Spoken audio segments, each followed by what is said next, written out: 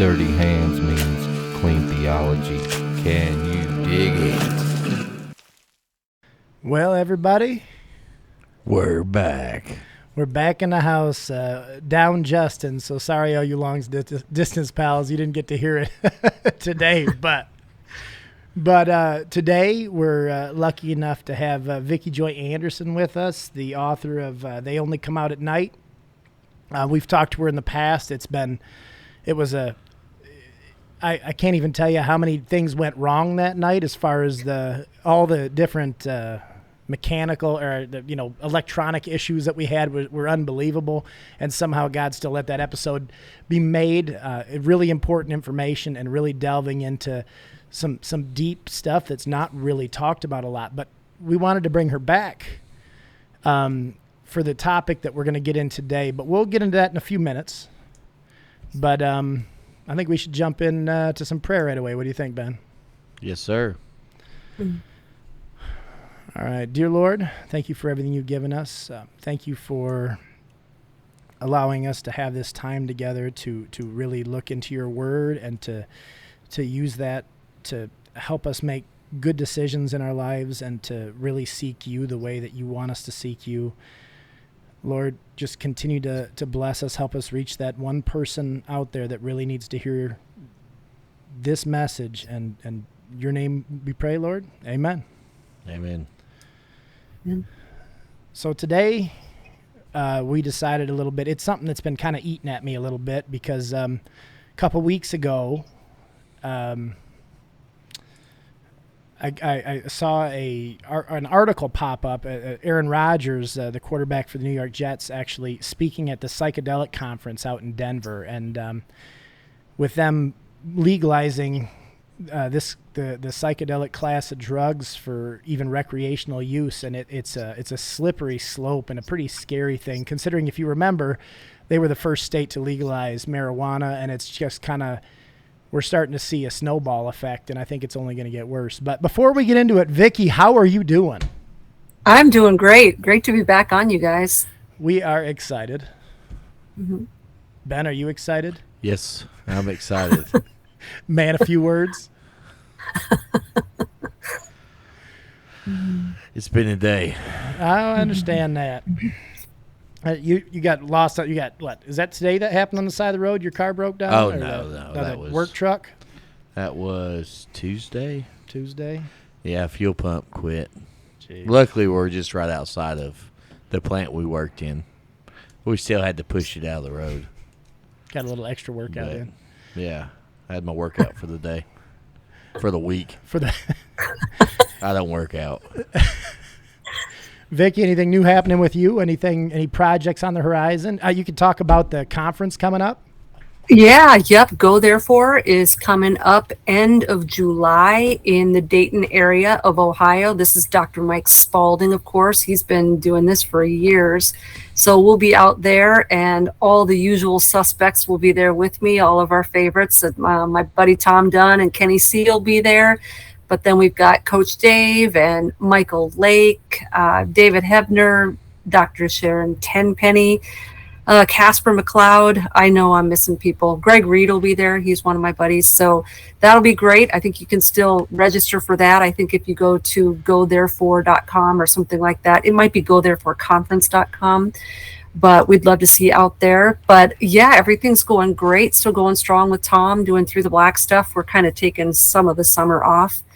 But I'm working on another book, and I've got some really cool stuff coming up this year by way of opportunities. So more on that later. I look forward to that. Is there any spoilers you can give us, or is it top secret? It's top secret. So everybody stay on the edge of your seat because it's coming. If you haven't read They Only Come Out at Night, please. And I think that's under L.A. Marzulli's label, if I'm correct. Yep. Spiral of Life. Yep. lamarzulli.net to get a copy of that. I highly recommend it. Vicki, and I'm not just saying that because you're on here. You are a phenomenal writer. The way that you piece that together and the I don't know, just the way you portray it, it's it puts you there, which actually I wish you were a little worse writer, because it kind of scared me reading in a couple spots. So I do appreciate that a lot, though. It was an excellent book. So thank you so much. I appreciate that. So go out and please get a copy of that book. It's phenomenal. But on to this, the subject at hand here. Talking about that psychedelic or hallucinogenic. I said it right there that you time. go. All right. I know. I tell you what, I struggle with that word. But on to that. If I told you, it kind of, with the Aaron Rodgers thing coming up the last couple weeks, and kind of, he was a big fan of ayahuasca, and this is something that came out with the league with a few different things, and they were trying to determine whether or not it was legal or illegal for him to do it, and all these different things. But he's really stuck by his guns on this, and he has some. It's interesting because he has some interesting ideas on this, which it's a scary, slippery slope, like we talked about. But he called the use of this drug radically life-changing. And that's when he was just speaking at that Denver psychedelics conference that we were talking about. And he really starts pushing. And if you listen and you read, people who are highly impressionable, people who really look to their role models, people who look to these celebrities for the way that they should live their life, which is kind of scary, but it happens a lot more in our society than people like to think. He says, is it not ironic that the things that actually expand your mind are illegal, and the things that dumb you down have been legal for centuries? So he's pushing these things, and he took it, he used ayahuasca in 2020 and 2021 when he won the MVP those 2 seasons in the league, in the NFL. And he says it's not a coincidence. It's the universe bringing things to happen when they are supposed to happen. So you're seeing this, it's almost a new agey, well, it is a new agey thing where we talk about this, enlightenment or this either finding your inner self, which some people believe those trips are, or potentially getting information relayed to you from another entity, whether it's God or whatever you may think it is. But one other very interesting thing, the way he said that is, I guarantee you all the bums who want to come after me online about my experience and stuff, they've never tried it. They're the perfect people for it. We need to get these people taking it. So not only is he taking it for himself, but he is encouraging this out to the rest of the public, which is, unfortunately, when people like this get the limelight, right, this is pushed on our society. This is pushed out there, and people are much more apt. It gets a lot more exposure, and people are much more apt to say, well, if he's doing it, it can't be that bad. Well, here's what's wrong with that theory. First of all, I'll preface what I'm about to say with this. I believe Aaron Rodgers is the same guy who was in the news that after he had done ayahuasca twice, now in waking life, he sees the shadow man following him all over the place. So, there's the other side of it. Well, whatever happens in these other dimensions, whether it's the astral plane, they have all sorts of fun, super cool, trendy names for it now. They don't say astral all the time. They'll come up with some quantum sort of cool sounding sci-fi. So now you're in a liminal space, or you're in the metaverse, or you're in hyperspace, or you're in a fractal dimension, whatever you want to call it. Whatever happens there are things that attach in that realm that come back into the physical realm with you. We see this caricaturized in horror movies and sci-fi films all the time. Even Nightmare on Elm Street being a classic example. They'd have these dreams, but then they would see Freddy in real life, and he'd be chasing them. And get you, my pretty, and your little soul too. That's based on some truth in plain sight there. But regardless, this is the one thing I'd want to get out to the masses. This is the breakdown with having celebrity spokespeople. If you're an A-list Hollywood celebrity, you're a politician, you're a sports figure, if you're a multimillionaire, you are useful to that spirit realm because they know that you've got influence. And their entire goal, if you read my book, is they're out to transform the culture. Right now, they just want to transform the culture, but they also want to transform our mindset and our worldview. And eventually they're going to transform us physically as well through singularity. But the problem with having all of these celebrity spokespeople is there's a breakdown between the experience of an elite millionaire and the everyday idiot who has to get up every day and work their 9 to 5. The experience that the elites are getting in this astral realm is exactly the same as the experience they get on the physical plane. They're better than us. They're rich, they're famous, they're beautiful. Everything's at their disposal, everything that they want or need, because they have the power of influence and they have the power to transform culture. They are useful to these entities. We are not. So Aaron Rodgers or whoever else can come back and talk about how wonderful it is and how, hey, I got a bunch of, championship rings out of this deal, and you too can go up there and be as a god, and you'll come back and you'll get that job promotion and you'll get that beautiful woman. And the fact of the matter is they're getting the celebrity package. You are not.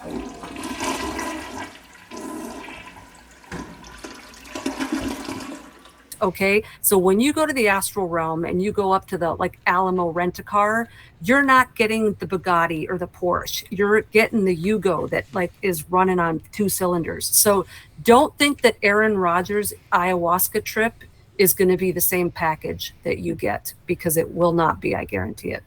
Well, this takes me back to that Ephesians 6:12 we talked about a bunch of times. Is we're not fighting against something physical. There's things that are supernatural in this world. Our real enemies, they may seem physical to us in a physical form, but there's a man behind the mask, if that makes sense. There's someone that's pulling the strings, and that's coming on that supernatural world. We've talked about it before with in Daniel when the angel says that he's coming, to warn Daniel, and it took him 2 weeks to get there because he's fighting the prince of the prince of Persia, and he says when he leaves that he has to fight the prince of Grecia. So, and he couldn't get through to Daniel until Michael, I think it was Michael, came and helped him so that he'd get through to Daniel. So this supernatural war is going on all around us, and it's always happening. And anybody who doesn't think they're influenced or have these things around them is just poorly equipped. So we need to really, that's a big part of what we try to bring is awareness of the fact that this supernatural realm exists. We've talked about it from day one with that supernatural worldview, looking back at Michael Heiser's Unseen Realm and really seeing that this stuff is all around us. And it's right through the Bible. It's just that the way that people interpret it, they want to make everything rational. They want to understand things in a physical context that's right in front of them. They don't want to have to, something that doesn't seem out of that realm of, or seems out of the realm of reason. People are, no, I can reason with it. I can make it. It's like the evolutionist thing where they say, well, the reason we can believe in evolution is because it took, billions of years, because they have to have that, because then you can't disprove it. You can't say, well, look, it's right here. Well, no, it didn't take billions of years. So it's the same kind of thing. Just really, really crazy to me though, how this whole thing has come about, and maybe it's kind of been under my nose because I haven't, that's one thing, and I'm sure my mom will be glad to hear this, but I've never tried DMT. I've never tried ayahuasca. I've never tried any of these things, but the DMT stuff especially is getting extremely large.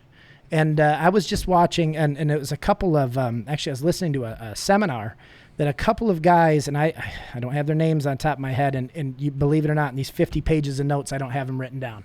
But a couple of guys who were doing a study, and Graham Hancock was actually talking about this too, and said that these two guys are doing this study where if you say you smoke DMT, it's anywhere from like a 3 to 12 minute high where you're in that trip, I should say, where you're, having this almost out of body experience. And these two guys have decided that they were going to do, and they're not the first ones, but they're the ones that have controlled it the best, where they kept the brain at I guess, at that euphoric level for an hour with the drip, like the same thing you use for anesthesia, anything like that. They did it, and these guys would be under for an hour, and they would have everybody, go through for an hour. Then they'd ask them all a series of questions and things of this. And the crazy thing is, they're meeting and talking to the same entities. They're seeing the same things. They're having the same experiences, even though they're doing a drug separately, but they're meeting the same entities. To me, that just really goes back more into what you were talking about, Vicki, about how this is, we're going into a place where it's beyond our comprehension, but there's something real there. It's a supernatural, spiritual realm. And it's really scary now that this stuff, maybe used to be frowned. Actually, if you go back through history, there was time, these things have been used in religious rites and things like that throughout history. We talked about it earlier, Ben, with the American Indians, using the peyote, which was actually, it's just has mescaline in it, you go through and you look at, and I got all these written down somewhere, but there's so many different, things like LSD, was actually created on accident by a Swiss chemist. And he didn't even realize, and that was in the 1930s. And by the 50s, the CIA is using it in MK Ultra, trying to find out or trying to use it for mind control. And this is stuff that's all commonplace. This is open. This is public knowledge. They gave a lot to the Vietnam soldiers too, some of the stuff. So now this is terrible, and I don't know how many people know this. Super soldiers and stuff. They did that, and in my job, I've worked with a number of Vietnam vets, and they've told me that when they issued, this is crazy, and I know this is a little bit of a side note, but they issued you a necklace when you first were going to get dropped over in Vietnam, and on the necklace was a bunch of vials. And each vial was something different, whether it's PCP or whatever it may be, all the way around, all sorts of different drugs. And we wonder why a lot of these guys that come back from Vietnam are the ones that are struggling reintegrating with society. They brought them back as drug addicts. They gave them these things that if you get shot, take this, you'll keep fighting. If this happens, if you're scared, take this, you'll feel invincible. And so they gave them these drugs. And what would happen when somebody next to them got shot, they'd take their necklace and they'd go. And this little necklace had all these little vials. I mean, they did the same with the Nazis too. They did meth. They gave them packs of meth to take. I think it was more the SS soldiers. But to make them super soldiers. Well, I mean, they could march out for days without stopping. Yeah. Mm-hmm. Well, and I think what we don't hear a lot in these discussions is drugs, anything from meth all the way down to anesthesia. When we're under the influence of something that puts us in an altered state of consciousness, we are also highly susceptible to suggestion. And this isn't just drugs. This is any altered state of consciousness. So even if you're under hypnotism, that kind of a thing, alcohol, and even during times of sleep paralysis or in these astral events, we become highly susceptible to suggestion when we are in these states. And so we're all talking about it in the realms of entertainment and free choice. And we're going to do this just because it's fun and it's high, you get high off of it. But depending on who's facilitating this, whether you're on a retreat in South America and it's being facilitated by a shaman, whether you are in a clinic in Denver and it's being administered by some sort of a physician of some kind, you are only as safe as the motives and the integrity of that person administering it to you. So right now it might be entertaining because they have to get everybody hooked first. But once everybody's hooked, and we've gone from point A to point Z in the Overton window, and nobody's questioning the ethics or the morality of this anymore. And everybody thinks it's cool and it's as common as smoking a cigarette. At that point, that's when the nefarious people with motives and intentions can come in. And you're now putting your life in the hands of someone. You're going down. You're out. You're down for the count. And you are now putting your life in the hands of whoever it is that's administering that to you. And I just want to give a little example. I hope I can say this quickly because I don't want to waste too much time on it. But You're good. I remember when I was probably about 4 or 5 years old. And I was in the hospital for one of my surgeries. And what happens in a children's hospital is the anesthesiologist will always come before the surgery and he'll walk you through the whole anesthetic process because you're a kid and you don't know what's happening. And, you know, it's to like put your fears to rest. And so at this point, even though I was only 5, I had had so many surgeries at that point. I'd had anesthesia a million times. I knew what to expect. I knew the mask. I knew what to expect. So the guy came and I was just kind of like, you know, here we go. Here's the spiel. And this anesthesiologist started telling me, now we're going to have you count backwards from 10. And by the time you get to 5, you're going to be on a spaceship. And even at 5 years old, I'm thinking, this guy's tripping. Like, you don't dream, you don't hallucinate. I legitimately was giving him the wrinkle, you know, like, what, you know? And he painted this whole scenario about how when I went under, I was going to visualize that I was on a spaceship. Never in my life before or after did I have any sort of visualizations or hallucinations when I had anesthesia. So this must have been around 79. And so maybe I was a little bit older. Maybe I was 7 or 8. I had just seen the movie in the theater, The Black Hole. Super old school, cheesy sci-fi movie. But that was my only area of familiarity with space or a spaceship up to that point in my life. And so, sure enough, when I went under the next morning, I'm on a spaceship. And not only am I on a spaceship, but it's like the suggestion was pulling from my own reservoirs of knowledge. So the only spaceship I was familiar with was the one in this movie. And so it was the one in the movie. And for the 5 seconds or so before I went under, I reimagined myself in the scariest part of that movie. And my parents put me in an escape pod because the mothership that we were all on was going to blow up. And they get me on this escape pod, and I'm so relieved. And I turn around to like say to my mom and dad, we're safe. And it's a 1-seater. And I look, and my mom and my dad are still on the mothership in like a porthole, waving as it blows up. I'm like 5, 6, 7 years old. So I went under into that surgery in sheer terror. And it never happened again. No anesthesiologist ever said that again. But this is what I'm telling you. It was a children's hospital. And I don't know the motives or the intent of that guy, if he was just trying to make it like more palatable to a child or less scary. But what I learned at that, I don't think I learned it in that moment, but what I was able to draw from as I got older and I was in high school and people were telling me how great pot and meth and all this stuff was.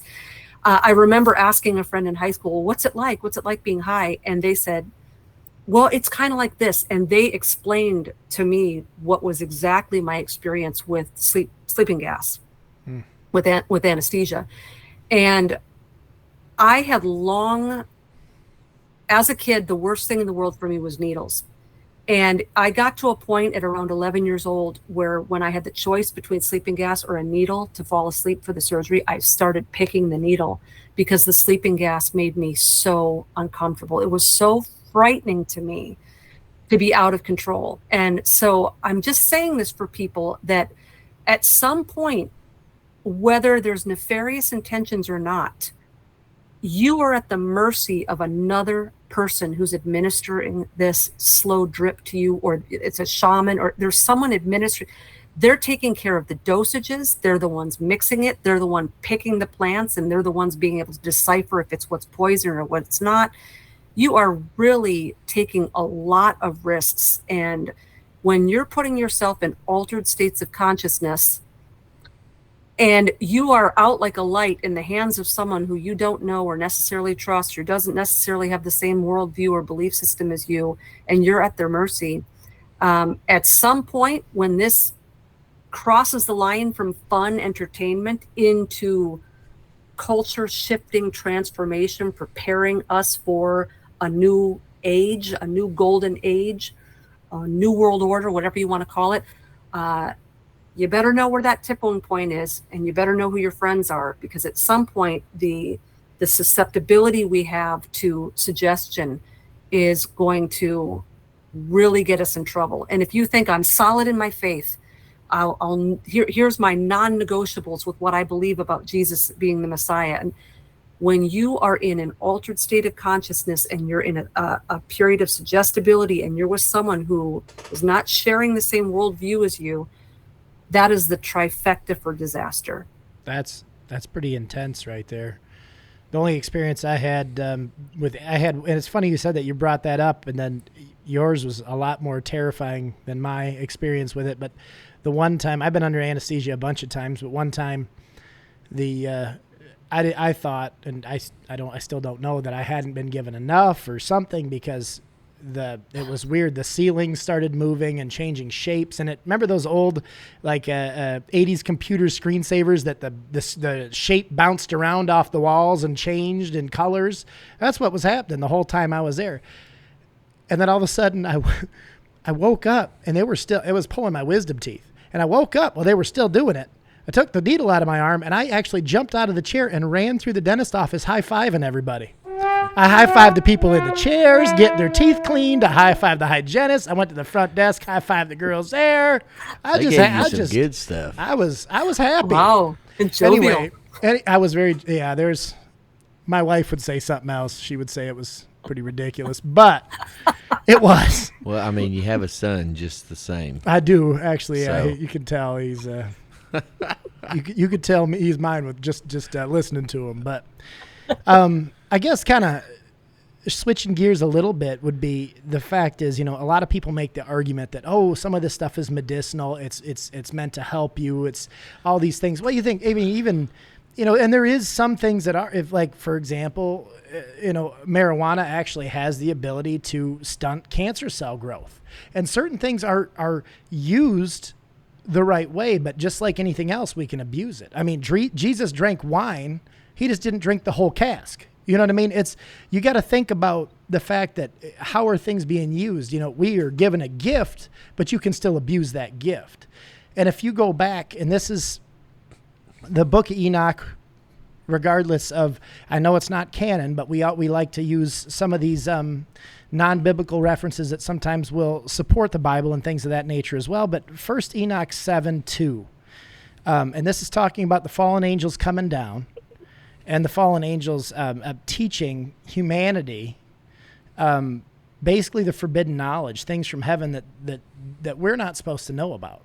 So in 1 Enoch 7:2 it says, "And the angels taught them charms and spells and the cutting of roots, and made them acquainted with plants." And if you go a little further, 1 Enoch 8:3 says, "Semyaza taught the casting of spells and root cuttings." It's not like they didn't know how to use plants. The Garden of Eden was, God said, eat from every plant except for this one. Cain he worked the ground, it says, right? He was a farmer. So they knew what plants were. They knew what to eat. They knew these things. And then we get a little closer to the flood. How about that? A great cataclysm, because terrible things are happening on earth. And it's talking about the fact that they taught them those things and made them acquainted with plants. They were acquainted with plants quite well. So what were they teaching them to do with those plants? I mean, where do they come up with the story plots? Like, someone's telling them something. Who come up with the Ouija board? Where did this evil come from? Yeah, I mean, but we all know, don't mess with a Ouija board. Know what I'm saying? Mm-hmm. Or they have movies about it. Blair Witch or something? No, it's like the girl's sleeping or whatever, and then the bed sheets pick up, and it's weird stuff. But I can't remember what it's called. But they had like 2 or 3 of them. But I mean, all this stuff. It's you believe in the Bible. You believe there's angels. Well, then you have to believe there's demons, and then it's. Okay, then you have people that you have to go to, like in 1 Samuel, where Saul went to the Ove of Endor, the medium, right? Which he already banned them all, in Israel. But yet there's one that obviously he knew about, that just kind of, well, we'll just let that one be just in case, right? It's one of them, like it's something real, or else why would Saul go ban them and then go to it? And that's what we're trying to bring to light a little bit. I think that's a very good point, because I do believe that stuff's here now. Oh, it's definitely here. And, nothing new's under the sun, as we said. The whole reason that through historically people have used this is mostly for spiritual type rituals. It's turned into recreation, but it was spiritual rituals. They were trying to either talk to God or talk to something, and it was happening. Like you said, the Native Americans, they would go on their little the little sweat tents or whatever they called them. But they would go on their walks. They would go on these forest walks where they were trying to find their spirit animal and all these different things. Until nature talked to them, they weren't allowed to come back. There's so many different ways that this has been used throughout history, and right now it's just being repackaged. And the way that the human race is letting it so much easier and so much be more attainable is terrifying, because we're getting to that point now where if you look, I mean, I don't have to tell you, but go back 20 years ago and then you show our parents 20 years ago what's happening right now, and everybody said that couldn't happen. We're going to back it up here. Okay, let's back Sorry, it up. we're going to back it up. We love to get off base a little bit here once in a while. Usually it's me. Ben's got a political podcast. He's got to jump on after this one. We got to hurry. No, I'm kidding. I might start one. Anyway, what I was saying is about these drugs. Nobody would like it. With these drugs, people have been trying to see God, trying to communicate with God. They want to be on a level where that seeing is believing. It's that whole reason that we talked before. If you can't see it, they have a hard time reasoning it. But if we go into the Bible, we see a few things that I think are really important when we talk about this. When people think that they're seeing God or they're seeing an angel, a spiritual entity that is going to help them, remember that, Satan always can masquerade as an angel of light. But when we go in here, if you look at 1 John 4:12, it says, "No one has ever seen God. If we love one another, God abides in us, and his love is perfected in us." Verse I wanted to bring in here too was 1 Corinthians 2:6-9. "Yet among the mature we do not impart wisdom, although it is not a wisdom of this age or of rulers of this age, who are doomed to pass away. But we impart a secret hidden wisdom of God, which God decreed before the ages of our glory. None of the rulers of this age understood this. For if they had, they would have not crucified the Lord of glory. But it is written, what no eye has seen, nor ear heard, nor the heart of man imagined, what God has prepared for those who love him." So we have to keep thinking here. This is stuff. We can't think that everything's going to be perfectly laid out right in front of us. These things we can't always have that visual context. We don't get to heaven because God's going to show up in front of us and give us a ticket. We get to heaven because we have faith, because we know that Jesus died for us, because these things have happened. So I think it's really important that we understand that biblically, these are not things that are supposed to happen. We're not supposed to go on these trips searching for God. It's things that were forbidden. If you look at, when it talks about in Leviticus, talking about the necromancers and the ones who are looking for the dead and things of this nature, we're not supposed to look into that spiritual realm. And that's exactly what we're doing here with this when we talk about, these drugs and these things that are taking people down these roads. It's actually, like I said before, it's terrifying. One other thing, Vicki, and I'd like your input on this here, is DMT actually is numerous times it's called the God drug, right? It's called because people think that's what they're seeing or that's what they're trying to find. And I don't know if you've ever looked at the website. I like it, looking at it sometimes. I don't always line up 100% with it, but it's the got questions, your answers, or your questions, biblical answers, if you've seen that before, which I like a lot. I think it's really good. But they call DMT the Jesus drug or the God drug because two reasons. For some people who have taken this drug believe they've encountered God or Jesus during a hallucinogenic vision. And number two, A lot of people, after experiencing one of these visions, have drastically changed their lives. So these things are very real to them. When you said you don't always have to leave the door open, sometimes the window's cracked just a little bit, and that's all it needs. Mm-hmm. And that was such a powerful thing for me, hearing that from you and thinking about that, and then trying to think about my own life. Which windows of mine are cracked? What am I letting in? What's there? And this is not even on that, not even leaving myself open to suggestibility the same way you do in an unconscious or altered consciousness, but just in my regular life. And then think about how much worse that is when I let myself be in one of those altered consciousnesses. But their little that quote, 5 times fast. Nah, forget that.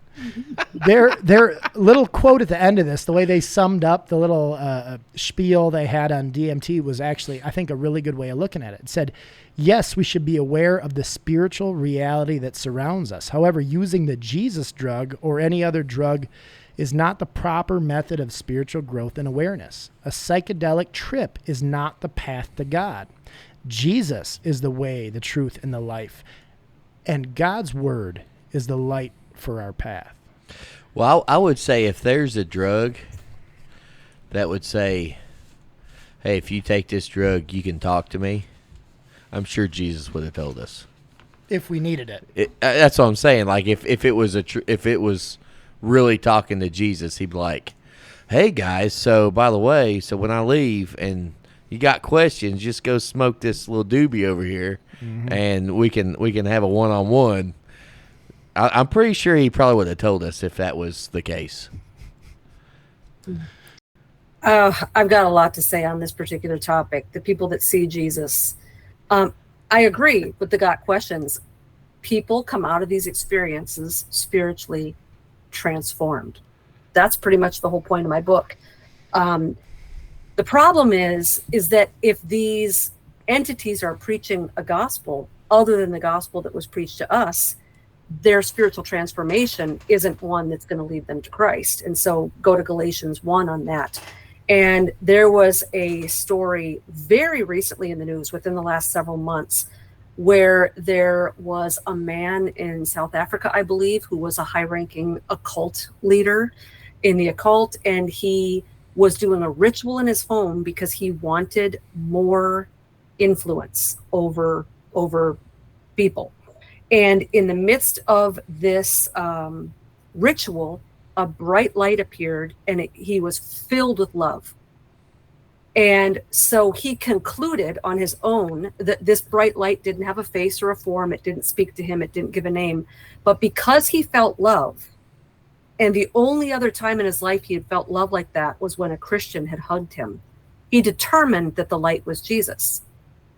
Well, what the light informed him of during this ritual, not a vision, it was a ritual, was that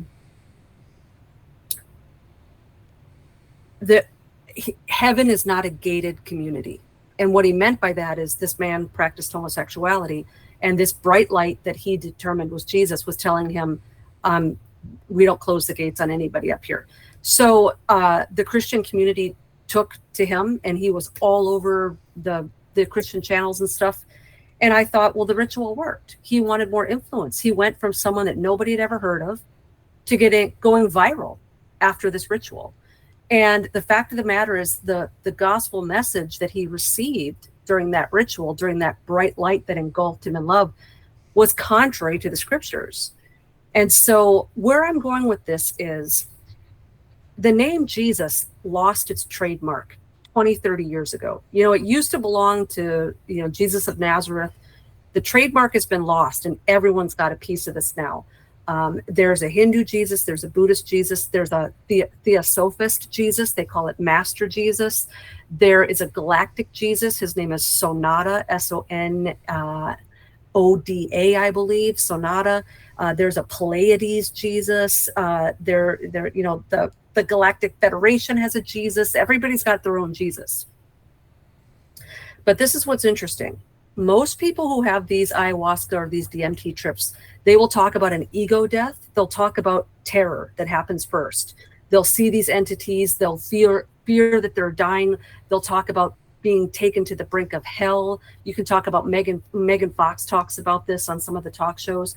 But a lot of people who get to the other side in ayahuasca, they talk about an ego death or a death of self or a going to hell or something, almost like a portal they have to get through before they're enlightened.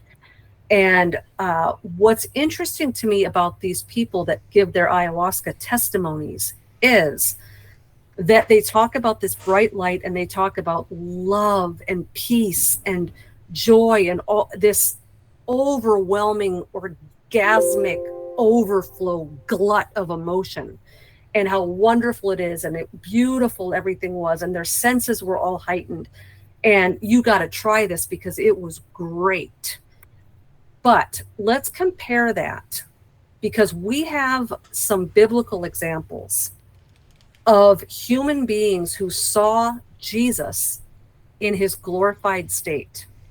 And let's contrast an ayahuasca testimony with some of the biblical examples we have of people that saw Jesus in his glorified state.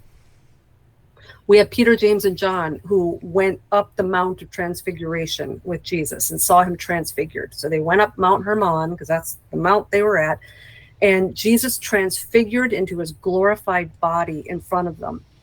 They went ballistic. Peter is babbling all over the place, talking about building tents. And it says right in the scripture that he was talking this way because they were all terrified. There was no bright lights. There were no orgasms. There was no, this is, you got to try this. It was great. They were terrified. Second example. We know that John had a special place in Jesus's heart. These guys were close. This is the guy that Jesus bequeathed his mother over to with the rights of the firstborn. Behold your son, behold your mother. John felt so safe and comfortable around Jesus that he leaned on his breast during the Last Supper. Jesus called him the disciple that Jesus loved. Well, he loved all of them. But what that means is there was a special place in Jesus's heart for John, and John loved Jesus. There was a familiarity there. There was a comfort level there. There was a safety there. There was a friendship there. There was a love there. Well, many years after Jesus died and rose, John got to see his best friend one more time on Patmos during the Revelation. And he sees Jesus in his glorified body on the throne, like a lamb that was slain, bright white. There's that bright light, right? And it says that John, this is his best bud, John fell as a dead man. And Jesus had to say, fear not. And we see this in scripture. Was it Isaiah? Woe is me, I'm a man of unclean lips. We see this all the time. And Daniel was physically ill after his visions with perplexity and confusion. And so in a lot of these examples, the person has to be touched in some way. They have to be revived. They have to be given a supernatural ability to be in the presence of Jesus. A coal has to be touched to their lips before they snap out of the terror. And so what I think is going on there, it's not the wrath of God, he's going to incinerate you. What it is that Jesus is holy and we are not. We are fallen.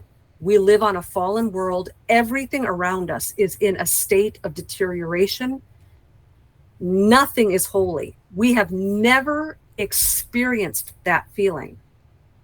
And so when we encounter the living, resurrected Messiah, and we encounter pure holiness, our entire physiology, our brain, our anatomy, everything shuts down and starts cycling down into death mode, because it is such a contrast to our fallen nature.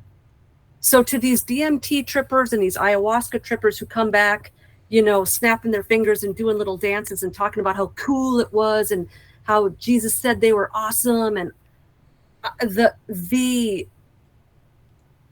the mental, physical, spiritual, and physiological reaction that the Bible shows when people saw Jesus in his glorified state is in stark contrast to this trivial sort of just lackadaisical, exciting way that people are explaining the Jesuses that they're seeing in this spirit realm. There is no way a fallen human being would get into the presence of Jesus Christ and not feel anything but their absolute degenerate state of unholiness. The response would only and always be a recollection of every wrong thing that they'd ever done. Whoa, I'm a man of unclean lips. And it would be a falling before him. It would be a confession of sin. And this ego death is not enough. That's all ayahuasca offers us, is an ego death, which is a perceived death in our own mind, a hallucination. But we're told in scripture that we live with Christ when we die to the old man. We're talking total death. The old man dies and we resurrect and we're anew with Jesus Christ. We're not just anew in our same self, but just more humble because our ego has died. And I would question whether the ego is really dying, because a lot of these people on these ayahuasca trips do feel superior to those who haven't been on it, which is why Aaron Rodgers can say, if you what does he say, that these pompous or these haughty people are going to get on here and say that this is bad, but you've never experienced it. Well, that's not an ego death. He said all these bums who want to come after me online.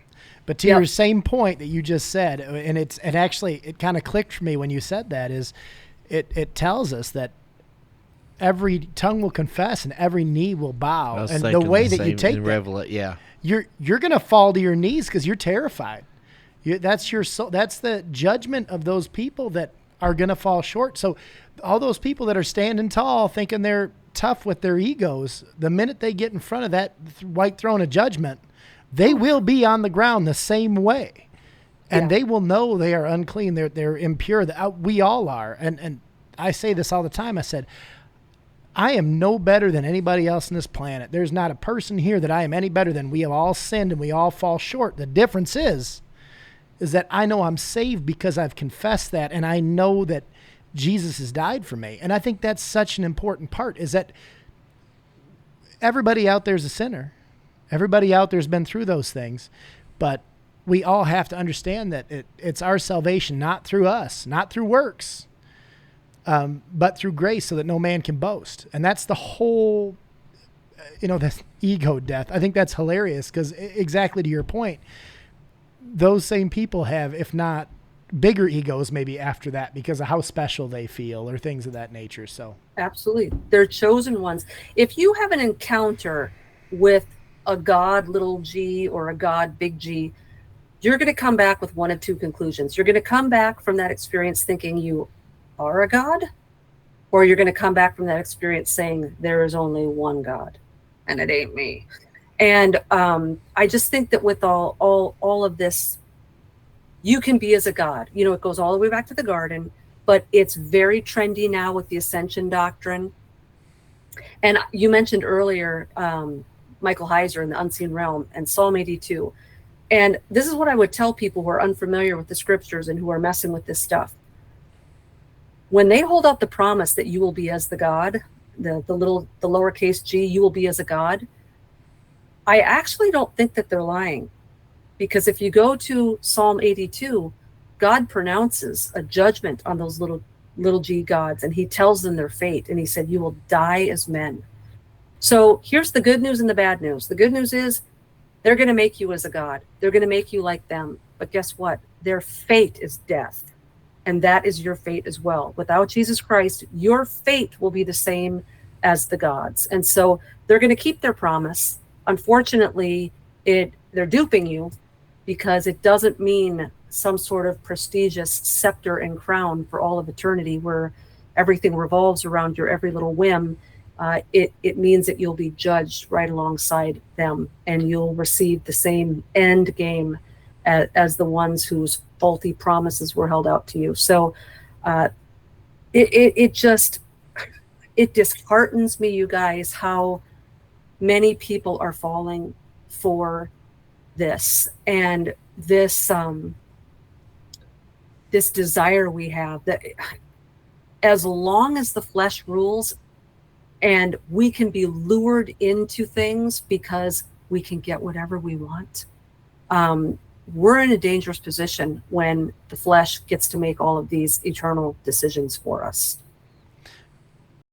To that same point, and I mean, as much as we see a degradation of society and we see a constant, we see the fall happening right before us, unfortunately, you know, we wish everybody to go to heaven. We want everybody to find God, but it does say that so shall it be as it was in the days of Noah. So we know this is coming. This has been foretold. We knew that things were going to get worse before they get better. And unfortunately, and we can say it the same way, here's the good news and the bad news. Unfortunately, people are falling away. But fortunately, we're that much closer to being with Jesus. And we have to take the good with the bad and know that, you know, things are in God's hands, but he has a plan for each and every one of us. You know, reaching out, doing your ministry. And that doesn't mean having a podcast. That doesn't mean writing a book. That means every one of us. And we've just been going through that Acts Bible study I just love Acts. That's my favorite book. And that was Tom Dunn. I told him that. I said, and he goes, I don't even remember saying that. But I told him, I said, you had said this at that conference, the last conference we were at. And he goes, you know, Acts I look at as just a instructional guide on how to live our lives. And I said, that makes so much sense to me. You know, our job is to go out and save as many people. And I say it all the time, but populate heaven and empty out hell. I mean, that's our job. Yeah. Yeah. You know, to bring up another biblical example, the prodigal son, I think sometimes we miss the full extent of what's in that story. There's a lot of layers to that story, and the preachers all kind of glom onto one, but it's a perfect analogy for what we're talking about today, because we've got gods in some sort of astral heaven promising us our entire inheritance now. You can have this wonderful life. We're going to give you whatever you want. We're prosperity, fame, fortune, all this stuff. And then we've got another God who's quiet and silent and slow to act and wants to prune us. And he's got an inheritance for us too, but we've got to wait for it. Not that we don't see the goodness of the Lord in the land of the living, because we do. But I really think that this is a prodigal son analogy. And these entities that we see on the other side of the veil during the ayahuasca trips and the DMT trips and the psychedelic trips, they are the ones saying you can have your whole inheritance right here on earth to spend now in whatever way you want. But we're going to wind up the same way the prodigal son did, eating with the pigs and having to go back to the Father begging for mercy. So it really is one of these things. Guess what? Everything that they are promising to us now through DMT, we will one day get in heaven 10 billion times better. We just have to delay the gratification. And so it really comes down to, can we wait for it? You know, can we hold off for the promise that God has? Or are we going to be the prodigal son, and are we going to demand that inheritance now? And I really think that for those that demand their inheritance now, they're going to get it. But the end is the pig pen. And so I'm just I'm begging anyone who's listening that's tempted with this, or they want to try it, or they have tried it, or they think it's the be all end all. It is a false inheritance. The money will come to an end. The bank account will be empty. You will be bankrupt. But the inheritance that is waiting for you through Jesus Christ can never be taken from you. And the downside is you have to wait for it. The upshot is it's 10 million times better than the crap you're being offered in that astral realm right now. I'm really glad my spiritual bank account actually is much higher than my earthly one. So we're doing okay. He bought a Jeep lately. Yeah. So he's learning how the old Jeep. He's learning the Jeep spend. Well, I'm guilty. I also drive a Jeep. So there you go. You're in the club. Ooh. Well, Vicki, thank you so much for coming on. I love talking to you. I'm looking forward to seeing you at this conference coming up. Yeah. And there's a couple other things that I'd love to talk to you about in the future and more. We didn't even really get into a ton of the veil stuff, which I find just fascinating, and I have a whole bunch more notes on that and different ideas, and some of the stuff is just my thoughts and whatnot. But I'd love to talk to you about that again sometime. Anytime. But yeah, thank you so much. If you'd like to say one more shout where everybody can get your book, anything like that, any other dates, go ahead. Sure, absolutely. You can find me at VickiJoyAnderson.com. You can contact me on my website. I'm on Instagram, Vicki Joy Author. It's Vicki with an I. And if you want the book, they only come out at night. You can go to lamarzulli.net. And be prepared and bring an extra pair of underwear. All right. Thank you again. See you later. That was weak. I don't know. Yeah. Give me that one of them deep see you next time or whatever it is. See you next time. Boom. Boom. Hey guys, thanks for listening to the Dig Bible Podcast. Don't be like a county worker. Get in that hole and dig some. Check us out on Facebook, Twitter, Instagram, and check out our YouTube channel. See ya.